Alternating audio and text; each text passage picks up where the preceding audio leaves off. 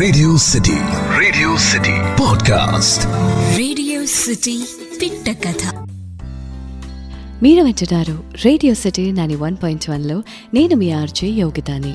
మరి జీవితంలో చాలామంది బ్రోకెన్ ఫీలింగ్తో ఉంటారు.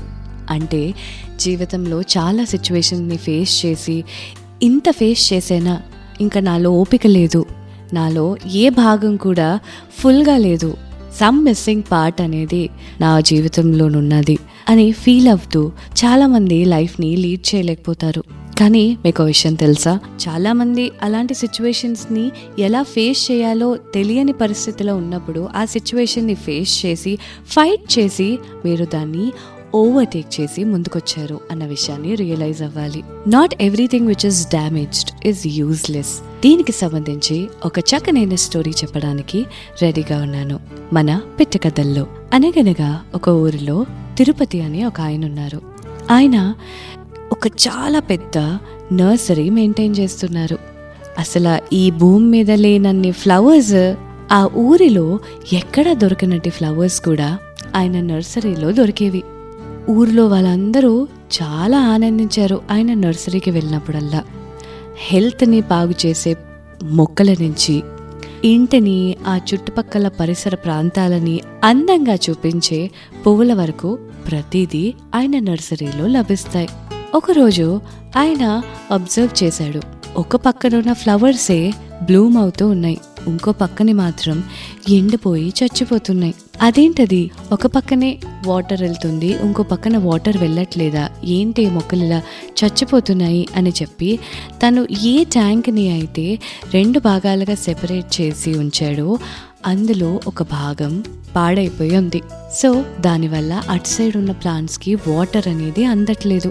అప్పుడు ఆ ట్యాంక్ చాలా బాధపడింది. ఆ ఓనర్ ఇంత కష్టపడి పెంచుతున్న మొక్కలు ఈ ట్యాంక్ వల్ల పాడైపోతున్నాయి అని చెప్పి చాలా బాధపడింది. కానీ ఆ ఓనర్ తనకి నవ్వుతూ ఒక మాట చెప్పాడు.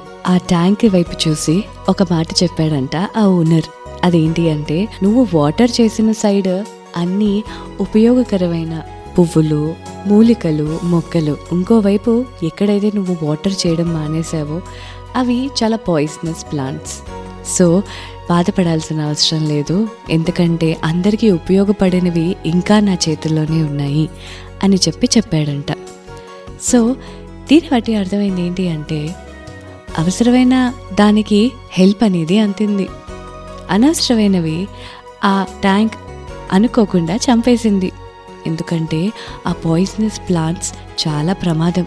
ఏ పక్షి తిన్నా, ఏ చిన్న ఇన్సెక్ట్ అయినా లేదా ఒక యానిమల్ కూడా టెస్ట్ చేయడానికి ఆ పాయిజనస్ ప్లాంట్ని తిన్నాదనుకోండి, ప్రాణాలు విడిచేసే అంత పాయిజనస్ ప్లాంట్స్ అవి. దీన్ని బట్టి అర్థమైంది ఏంటి అంటే, మనం చేసే ప్రతి డీడ్ కూడా మంచిదై ఉంటుంది.